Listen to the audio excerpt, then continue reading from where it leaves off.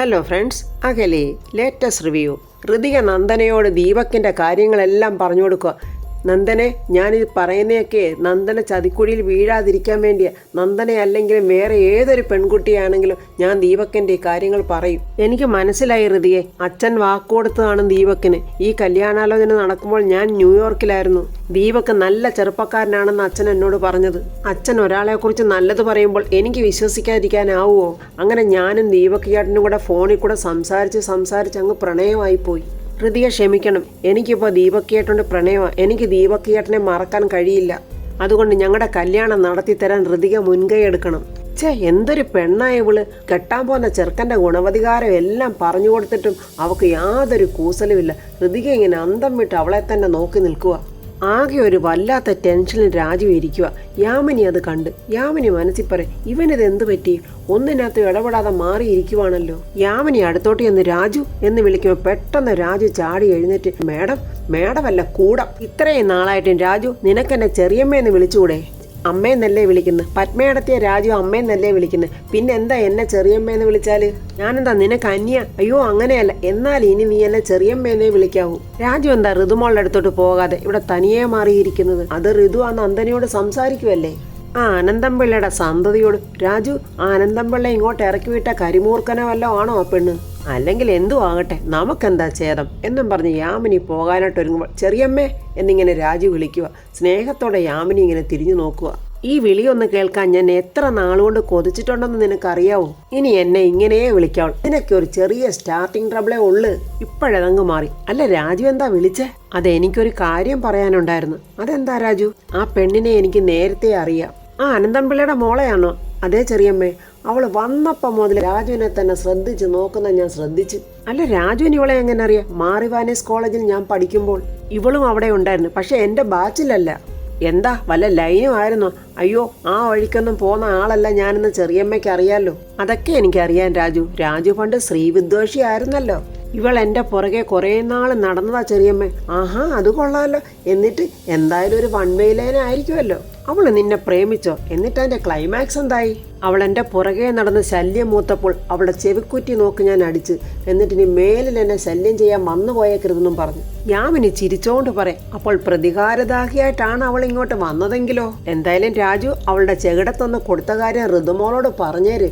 എന്തായാലും ഒന്നും ഭാര്യയോട് മറച്ചു വെക്കണ്ട എന്ന് പറഞ്ഞിട്ട് യാമിനി അവിടെ നിന്ന് അങ്ങ് പോയി. രാജു വീണ്ടും ടെൻഷനിൽ ഇങ്ങനെ നിൽക്കുക.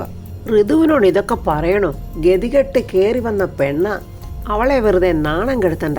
ഈ സമയം ഋതിക വീണ്ടും നന്ദനെ ബ്രെയിൻ വാഷ് ചെയ്യാൻ നോക്കുക.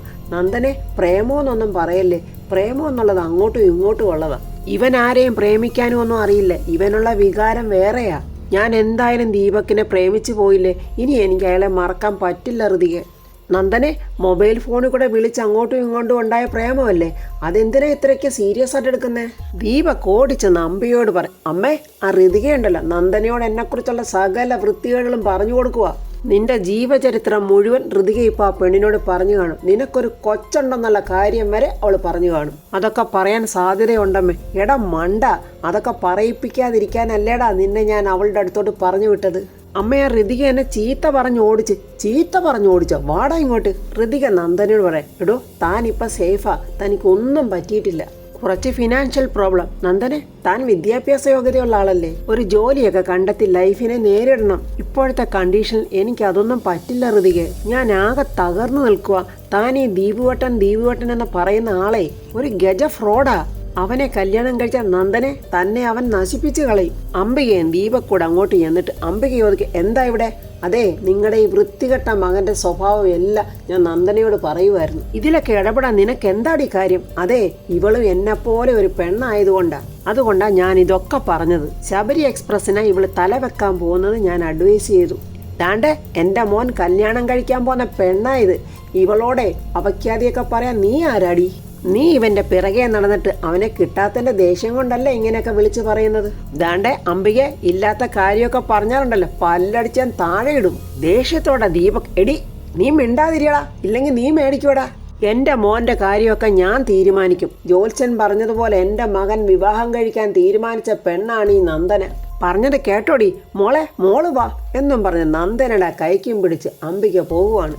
എന്നിട്ട് അംബിക പ്രതാപന്റെ മുന്നിൽ വന്നിട്ട് പറയാ, പ്രതാപ, ഈ വീടിന്റെ നന്മയാ നിന്റെ ചേച്ചിയുടെ ആഗ്രഹം. ഈ തറവാടിന്റെ അസ്ഥിവാരം ഇടിഞ്ഞു പോകാതിരിക്കാതെ ഞാൻ ഇത്രയും നാളും സൂക്ഷിച്ചു. നിന്റെ തീരുമാനങ്ങൾക്ക് വിരുദ്ധമായി ഞാൻ ഒന്നും ഇവിടെ ഇതുവരെ പ്രവർത്തിച്ചിട്ടില്ല, ഇനി പ്രവർത്തിക്കുകയുമില്ല. എങ്കിലും വീട്ടിലോട്ട് കയറി വന്ന മഹാലക്ഷ്മിയാണ് ഈ പെൺകുട്ടി. എന്റെ മകൻ കല്യാണം കഴിച്ചോളാമെന്ന് വാക്കുകൊടുത്ത പെൺകുട്ടിയെ ഇവളെ ആട്ടി ഓടിക്കല്ലേ.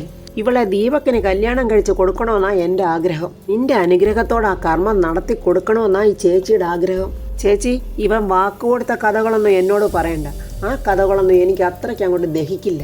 ഇവൻ വാക്കും കൊടുക്കും, ചതിക്കുകയും ചെയ്യും. പെട്ടെന്ന് പ്രതാപൻ, ഋതിക, ഇത് അവരുടെ അമ്മയുടെയും മകൻ്റെയും പ്രശ്നമാണ്, എനിക്കിടപെടാം. കാരണം ഞാൻ ഇവരുടെ ആങ്ങളെയാ. നിനക്കിടപെടുന്നതിനൊരു പരിധിയുണ്ട്, മനസ്സിലായല്ലോ? ചേച്ചി എൻ്റെ എല്ലാമാണ്. ചേച്ചിയെ ധിക്കരിച്ച് ഞാൻ ഇതുവരെ ഒരു വാക്കുപോലും പറഞ്ഞിട്ടില്ല. ഇനി ഈ ജന്മത്തിൽ ഞാൻ അങ്ങനെ പറയുകയില്ല. പക്ഷെ എന്നെ തോൽപ്പിക്കാൻ എൻ്റെ അനന്തരവനെ കരുവാക്കി കൂടെ നിർത്തിയപ്പോൾ അനന്തംപിള്ള ഇവനും കൂടി ഉണ്ടാക്കിയ എഗ്രിമെന്റാണ് ഈ കല്യാണ കച്ചവടം. എഗ്രിമെന്റ് നടക്കുമ്പോൾ പിള്ളേച്ചൻ കോടാനുകോടികളുടെ ഉടമയായിരുന്നു. ഇപ്പോൾ പാപ്പരായെന്ന് പറയുന്നു. പിള്ളേച്ചൻ പാപ്പരായിട്ടും അയാളുടെ മകളെ കല്യാണം കഴിക്കാനെന്താ കാരണം? ഇവന്റെ സന്മനസ്സിന് ഞാൻ നന്ദി പറയുന്നു. അതിന് സന്മനസ്സാണോ ഇരയോട് വേട്ടക്കാരനുണ്ടാകുന്ന ക്രൂര വിനോദമാണോ എന്ന് ഇനി കണ്ടറിയണം. എന്തായാലും എൻ്റെ ഒരേ ഒരു ആജന്മശത്രുവിൻ്റെ മകളാണ് ഈ കുട്ടി. എന്നെ എന്തും ചെയ്യാൻ മടിക്കാത്ത എൻ്റെ അനന്തരവനാണ് ഇവളെ കല്യാണം കഴിച്ച് ഈ വീട്ടിലേക്ക് കൊണ്ടുവരാൻ പോകുന്നത്. പ്രതാപൻ റൂട്ട് മാറി പോവുകയാണല്ലോ എന്ന് മനസ്സിലാക്കി പെട്ടെന്ന് അംബിക, മോനെ പ്രതാപ, മോൻ അവനെ വഴക്ക് പറയല്ലേ. അന്നത്തെ ഒരു സിറ്റുവേഷനിൽ അവൻ തെറ്റ് ചെയ്തു പോയി. അതിലവന് നല്ല കുറ്റബോധവുമുണ്ട്. അവൻ മാപ്പ് പറയുകയും ചെയ്തില്ലേ. ഇനി വിഷമിപ്പിക്കല്ലേ. ഞാൻ ശത്രുതയൊന്നും മനസ്സിൽ സൂക്ഷിക്കുന്ന ആളല്ല. ഹൃദയവിശാലതയൊന്നുമല്ല. ഗതി കെട്ടവനോട് തോന്നുന്ന ഒരു കാരുണ്യം. എന്തായാലും വാക്ക് തന്നെയാണ്. അത് പാലിക്കുന്നവനാണ് വ്യക്തിത്വമുള്ളവൻ. എന്തായാലും അനന്തംപിള്ളയോട് എനിക്കൊന്ന് സംസാരിക്കണം. എന്നിട്ട് എൻ്റെ തീരുമാനം ഞാൻ പറയാം. പെട്ടെന്ന് ശിവകാമി പറയും, അയ്യോ, അദ്ദേഹത്തെ കാണണമെന്നൊന്നുമില്ല. അത് കാണണമെന്ന് പറയുന്നതേ തോറ്റു പാപ്പരായ ആളെ കണ്ട് ആനന്ദിക്കാനൊന്നുമല്ല. എനിക്ക് അയാളെ കണ്ടേ പറ്റൂ. രാജു, നീ ഋതിയും കൂടെ കൂട്ടിക്കോ. നമുക്ക് ആ പിള്ളേച്ചനെ സബ് ജയിലിൽ പോയി കാണണം. ഇത്രയും പറഞ്ഞിട്ട് പ്രതാപൻ അവിടെ നിന്ന് എഴുന്നേറ്റ് പോവാ. അംബിക ഇങ്ങനെ വല്ലാതെ നോക്കുന്നുണ്ട്. ഇവൻ എന്തിനുള്ള പുറപ്പാടായത്? ആ അമ്മയുടെയും മകളുടെയും മുഖത്ത് എന്തൊക്കെയോ കള്ളലക്ഷണം കാണുന്നുണ്ട്. ഇനി പ്രതാപനെ തകർക്കാനുള്ള പുതിയ ഐഡിയ ആണോ അനന്തംപിള്ളയുടെ ഈ അമ്മയും മകളെ ഇങ്ങോട്ട് വിട്ട്? ഈ സമയം സംയുക്ത അവിടെ ആങ്ങളയ്ക്ക് മരുന്ന് കൊടുത്തിട്ട് പറയുന്നു, മരുന്ന് കഴിച്ചിട്ട് അടങ്ങി ഒതുങ്ങി ഇവിടെ ഇരുന്നോണം. നിന്റെ കുസൃതി ഇച്ചിരി കൂടുന്നുണ്ട്.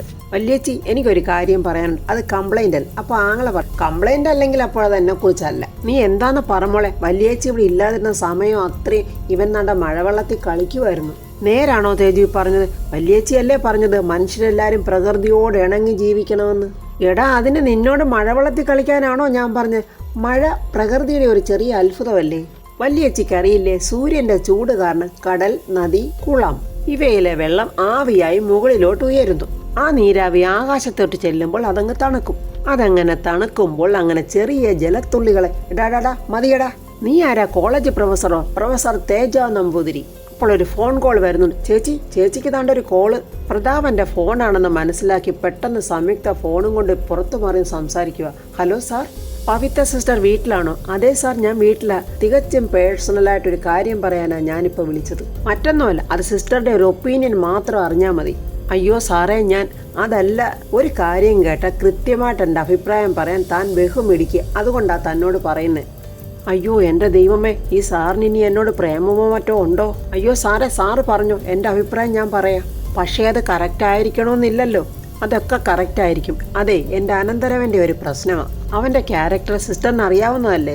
അംബിക ചേച്ചിയുടെ മകനല്ലേ. അവനെക്കുറിച്ച് ചിലതൊക്കെ എനിക്കറിയാം. മഹാപ്രശ്നക്കാരന. ഞാൻ എങ്ങനെയാ ഓക്കെ അല്ലെന്ന് പറയുന്നത്? മൊത്തത്തിൽ അവനൊരു ഫ്രോഡാ. അവനിവിടെ ജോലിക്ക് നിന്ന് ഒരു പെൺകുട്ടിയെ ചതിച്ചു. ഞങ്ങൾ എല്ലാവരും കൂടെ ചേർന്ന് അവനെ ആ പെണ്ണിനെ കൊണ്ട് കെട്ടിപ്പിച്ചു. ഇപ്പോൾ അവൻ അവളെയും അവൾക്ക് അവനെയും വേണ്ട. ദീപക്കിനാണെങ്കിൽ ഇപ്പോഴാ അനന്തംപിള്ളയുടെ മകളെ വിവാഹം കഴിക്കണമെന്നാ പറയുന്നത്.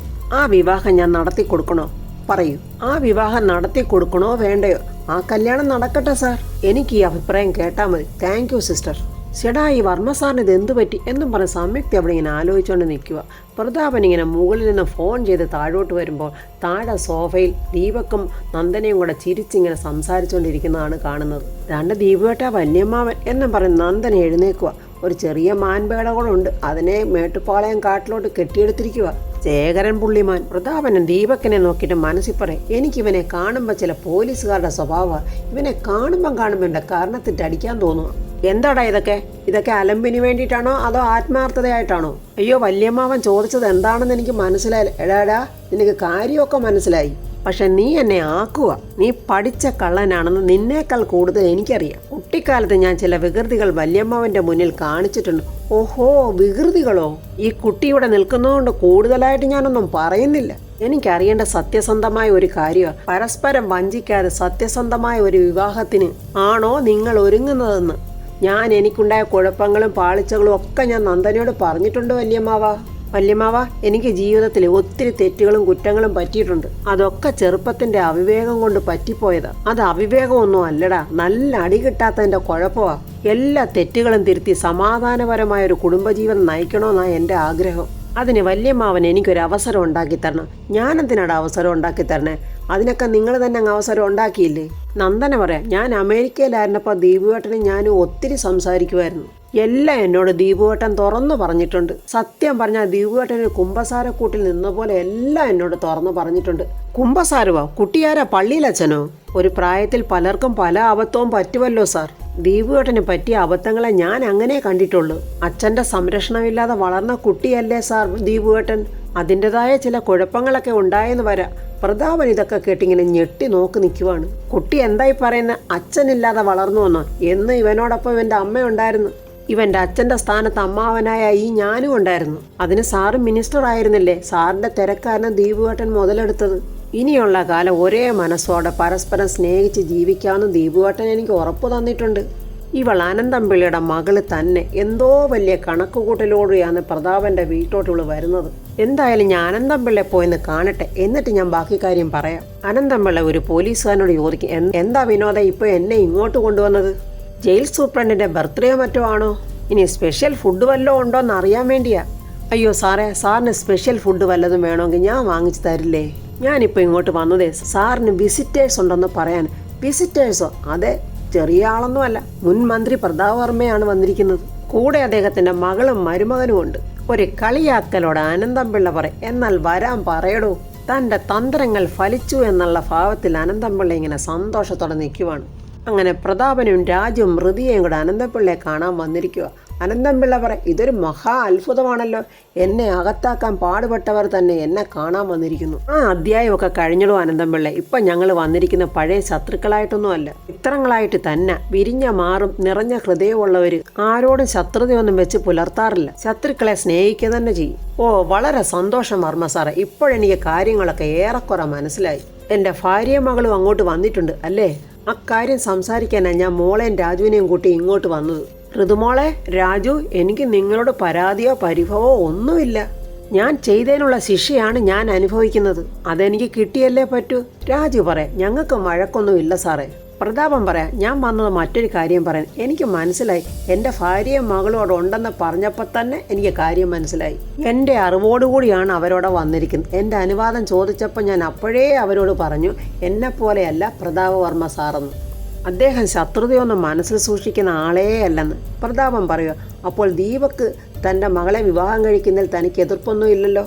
അതിന് ഞാൻ എതിർത്തിട്ട് എന്ത് കാര്യം സാറേ? ഞാനിവിടെ ജയിലിലല്ലേ. ആ ഇലക്ഷൻ സമയത്ത് എൻ്റെ മകളെ അവൻ കല്യാണം കഴിക്കണമെന്നൊരാഗ്രഹം പ്രകടിപ്പിച്ചു. അപ്പോൾ തന്നെ ഞാനത് സമ്മതിക്കുകയും ചെയ്ത്. എനിക്ക് പിള്ളയോട് ഒറ്റ കാര്യമേ ചോദിക്കാനുള്ളൂ. എൻ്റെ അനന്തരവൻ ദീപക്കിനെ കൊണ്ട് തൻ്റെ മകൾ നന്ദനയെ വിവാഹം കഴിപ്പിക്കാൻ തനിക്ക് പൂർണ്ണ സമ്മതമാണോ അല്ലയോ? അനന്തംപിള്ള ചിരിച്ചോണ്ട് പറയും, എനിക്ക് 100 വട്ടം സമ്മതമാ സാറേ. ഇതിനപ്പുറം ഒരു ഭാഗ്യം എൻ്റെ മകൾക്ക് കിട്ടാനുണ്ടോ? ഋതിക ചോദിക്കുക, ദീപക്കിൻ്റെ സ്വഭാവമൊക്കെ അറിയാലോ? അതൊക്കെ എനിക്കറിയാം. അതൊരു നല്ല കുടുംബജീവിതമാകുമ്പോൾ അതൊക്കെ അങ്ങ് മാറിക്കോളും. ഞാൻ പിന്നെ ഉള്ള കാര്യം പറയാമല്ലോ, എന്നെപ്പോലെയല്ല എൻ്റെ ഭാര്യയും മകളും. വെറും പഞ്ചപാവങ്ങളാണ് വർമ്മ സാറേ. എൻ്റെ മകൾ വർമ്മ സാറിൻ്റെ വീട്ടിലേക്കാണ് വരുന്നതെങ്കിൽ അവൾക്ക് ജന്മാന്തര പുണ്യമുണ്ട്. ഞാൻ നിങ്ങളോടൊക്കെ ചെയ്ത തെറ്റിന് ഒരിക്കൽ കൂടി മാപ്പ് ചോദിക്കുന്നു. എൻ്റെ മകളെ ആ കുടുംബത്തിനോട് സ്വീകരിച്ച് സാർ അനുഗ്രഹിക്കണം. ഋതികയ്ക്കും രാജുവിനും ഒന്നും പറയാൻ പറ്റുന്നില്ല. അവരിങ്ങനെ നിശബ്ദരായിട്ട് നിൽക്കുക. പ്രതാപനാണെങ്കിൽ വലിയ സന്തോഷം, വലിയ അഭിമാനിയാണല്ലോ. ആരെങ്കിലും ഒന്ന് പുകഴ്ത്തിയാൽ മതിയല്ലോ. അപ്പോൾ ഫ്രണ്ട്സ്, പ്രതാപൻ്റെ കാര്യത്തിൽ ഒരു തീരുമാനമായി. ആ വീടിനി അംബികയുടെയും മകൻ്റെയും അനന്തംപിള്ളയുടെയും കസ്റ്റഡിയിലായിരിക്കും. ഇനി പ്രതാപൻ ഒന്ന് അനങ്ങണമെങ്കിൽ അനന്തംപിള്ള വിചാരിക്കണം. ഇതൊന്നും അറിയാതെയാണ് ഈ പ്രതാപൻ പൊട്ടൻ ആഴമറിയാതെ കുളത്തിലോട്ട് എടുത്ത് ചാടുന്നത്. അപ്പോൾ ഇനി എന്തൊക്കെയാണ് നടക്കാൻ പോകുന്നതെന്ന് നമുക്ക് അടുത്ത റിവ്യൂവിൽ കാണാം. എൻ്റെ ഈ റിവ്യൂ ഇഷ്ടപ്പെട്ടാൽ ലൈക്കും കമൻസും, സബ്സ്ക്രൈബ് ചെയ്യാത്തവർ സബ്സ്ക്രൈബ് ചെയ്യണേ.